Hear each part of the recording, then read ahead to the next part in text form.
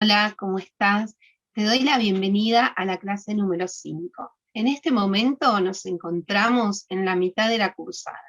Por eso considero que es importante que podamos repasar un poco los conceptos o vincularlos de alguna manera a esos contenidos que fuimos viendo desde la primera clase. Por eso te voy a invitar a que miremos estas imágenes. Cuando iniciamos la clase número 1, partimos desde la historia de la fotografía. Es fundamental pensar cómo se fueron sucediendo distintos hechos y acontecimientos que nos permiten hoy usar este lenguaje a partir de distintas posibilidades, distintos dispositivos. La historia de la fotografía la podemos contar desde tres ramas principales: el avance tecnológico en cuanto a los dispositivos, a las cámaras que podemos utilizar para registrar, para manipular, algunas con mayor dificultad y otras con tanta facilidad que ni siquiera nos detenemos muchas veces a pensar en todos los factores técnicos que se combinan para poder hacer esa fotografía. También, por otro lado, podemos pensar en los avances relacionados al material sensible, ¿no? Desde una placa de vidrio, como pasó con el daguerrotipo, después con el papel, impresiones sobre hojas, que hoy podemos llamarlos como procesos alternativos, es un poco volver a esa antigua fotografía, después pasar por el acetato, por lo que sería el rollo, la película, y hasta lo que tenemos hoy a nuestro alcance con los celulares, la fotografía digital, con las tarjetas de memoria, o las publicaciones en la nube, ¿no? Donde se van guardando y muchas veces las perdemos, porque también perdemos un poco la noción de la cantidad de imágenes que vamos generando. Y otro aspecto importante en la historia de la fotografía es pensar en aquellos cambios, ¿sí?, o transformaciones que fue provocando su uso a nivel cultural y social. Cómo fue incidiendo en nuestra forma de mirar, en los prejuicios que se fueron construyendo, en los estereotipos que se fueron también remarcando y profundizando. Entonces, la fotografía juega un rol central, pero más que nada su uso, sus interpretaciones, qué se hizo con esas imágenes, ¿no? Es un poco como este ida y vuelta. Entonces tenemos estos tres aspectos que en este caso lo quiero eh, materializar, digamos, o visualizar en lo que sucedió con Kodak. Kodak fue, por un lado, un cambio revolucionario en el dispositivo, en las cámaras, con las Brownie, con las cámaras que se podían transportar, ¿no?, manipular, que eran tan sencillas de usar que su eslogan era: usted apriete el botón aquí y el resto lo hacemos nosotros. O sea, se encargaba la misma empresa en revelar esa película. Y entonces también hablamos de película. Ahí también el avance en relación al material sensible que usaban esas cámaras, ¿no? Que después ya fueron otro tipo de películas, pero ahí empieza a usarse un material sensible más práctico, sencillo, en el que se pudiera cambiar y revelar de una manera más rápida. Pero también aparece este otro aspecto que comentaba recién, sobre la incidencia en relación a aspectos vinculados a lo cultural y a lo social. En este caso, sobre la imagen de la mujer. Cuando Kodak sale al mercado, hace en un momento un concurso sobre mujeres que quisieran usar la cámara y también que fueran portada, ¿no?, de esas publicidades. Y entonces aparece esta idea de la chica Kodak, que acá tenemos uno de los primeros afiches. La idea era también mostrar que la sencillez del uso de la cámara era tan práctico, tan fácil, que hasta una mujer lo podía usar. Hoy podemos hacer otra lectura, ¿no?, en eso de decir, bueno, ¿Por qué, por qué la mujer? Bueno, porque también en esa época el lugar de la mujer era similar al de un infante, ¿no? Entonces, decir, bueno, si hasta una mujer puede usar la cámara, fíjate qué fácil que es. Al principio, en los afiches, aparece una mujer fotógrafa, ¿no? Una mujer que realmente hace fotos. Se la ve, una mujer que viaja, pero también podemos analizar cómo su vestido se fue acortando, ¿sí? Y ya la cámara, que al principio era empuñada como para hacer fotos, ya empieza a ser como un acompañamiento. La mujer acompaña al aparato.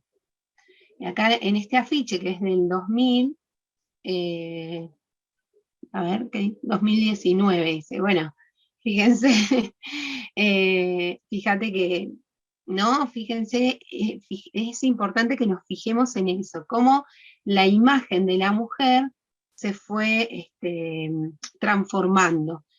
Y también fue cambiando y fue instalando una manera de ver. No es responsable Kodak, no quiero decir eso, sino que es una combinación de lo que sucedía a nivel cultural y social en una época determinada y cómo la fotografía también representa esos cambios y esa mirada social y cultural de una época. Por ejemplo, en este trabajo de principios, de fines del siglo XIX, principios del siglo XX, también podemos ver en este registro fotográfico el lugar de la mujer y el lugar de la infancia. En la historia de la fotografía, lo importante era poder fijar esa imagen de eso real que estaba sucediendo, ¿no? Y pensemos que a fines del siglo XIX la mortalidad infantil era muy grande y entonces la mayoría de las fotos a la infancia, a los recién nacidos, era en muchas oportunidades fotografías post-mortem. También porque no se lograba con los tiempos de exposición generar que un bebé se quedara fijo frente a la cámara. Pensemos que en 30 segundos, 1 minuto, 15 minutos de exposición según el estudio fotográfico, la luminosidad y también los químicos con los que contaba. Entonces, por eso no había tanta fotografía infantil. Sin embargo, a medida que iban avanzando los cambios culturales en relación al uso de las fotografías, se fueron pensando distintas técnicas, ¿no? Y una de ellas era este tipo de registro.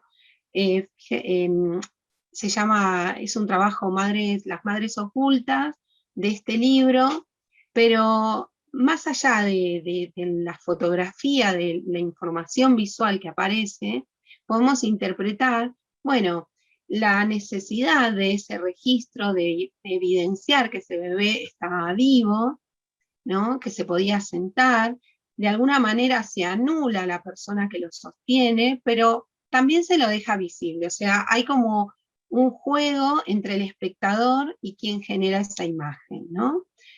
Hago como que no lo veo, pero sé que está. También podemos hacer un análisis más sociológico y decir nuevamente cuál era el lugar de la mujer, ¿no? Esta cosa de invisible, pero está, es perceptible. Sabemos que está, aunque la tapamos. Bueno, el acompañamiento de los perros es inevitable, pero bueno, ya voy como con la 10ª grabación, así que continúo.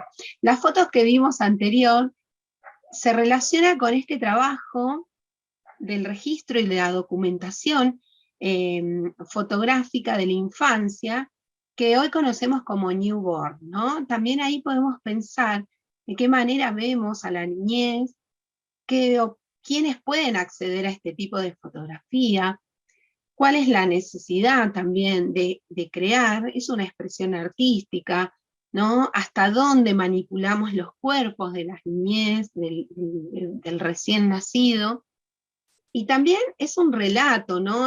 Forma parte de un álbum familiar, y cuál es el recuerdo que uno quiere capturar en esa fotografía que se hace, por ejemplo, de este tipo. Bueno, yo busqué como la más exagerada, hay otras que por ahí el bebé está solo recostado, durmiendo, descansando, pero hay toda una composición en la construcción de esa imagen. Entonces, por ahí pensar cómo la fotografía también fue incidiendo en nuestra forma de ver, de expresarnos, de expresar deseos, pero que esa fotografía newborn también tiene este antecedente, ¿no? Otro uso que se le puede dar a la fotografía y que ya se le empezaba a dar a principios del siglo XX, cuando ya la fotografía iba ganando cada vez un espacio, ya había superado la lucha entre la pintura, el valor de la pintura y el valor de la imagen desde lo fotográfico. La fotografía siempre tuvo esa impronta de lo que llama Barthes del punctum, de lo real, ¿no? De aquello que te transmite más allá de lo que está visiblemente en la imagen, sino que uno al ver esa fotografía entiende que lo que está ahí sucedió. En cambio, en una pintura podemos pensar en esta licencia que el pintor se tomó de recrear, de que puede ser algo de su interpretación. Sin embargo, ese peso de lo real, como de lo objetivo, de lo que es, también podemos analizarlo, como estuvimos viendo en la cursada, decir, bueno, el fotógrafo decide cómo construir esa imagen, ¿no? ¿Quién fotografía? ¿El fotógrafo o la fotógrafa? En este caso, por ejemplo, este tipo de fotografías, en esa época, como yo les decía, iba comentando sobre la chica Kodak y que iba destinada también a que las mujeres usaran las cámaras fotográficas como en esa necesidad de venta de las cámaras, muchas mujeres eran fotógrafas. ¿Por qué? Porque en esa época, a principios del siglo XX, la fotografía era considerada como una de las profesiones a las que podía acceder la mujer, como la docencia, ¿no? Y estaba también la fotografía. Sin embargo, quienes más trascendieron en renombre fueron los varones, ¿no? Entonces, también es para pensar en relación a lo que sucedía en ese contexto, que nos permite hoy, a partir de la revisión y analizar esas imágenes, ¿no? Porque las fotografías siguen transmitiendo un mensaje más allá del tiempo. Entonces, avanzando, otra manera de abordar y de trabajar la fotografía era el collage. Ya a fines del siglo XIX, principios del siglo XX, el collage era una manera de intervenir, de reírse de la imagen creada, ¿no? De transformarla, de crear otro mensaje.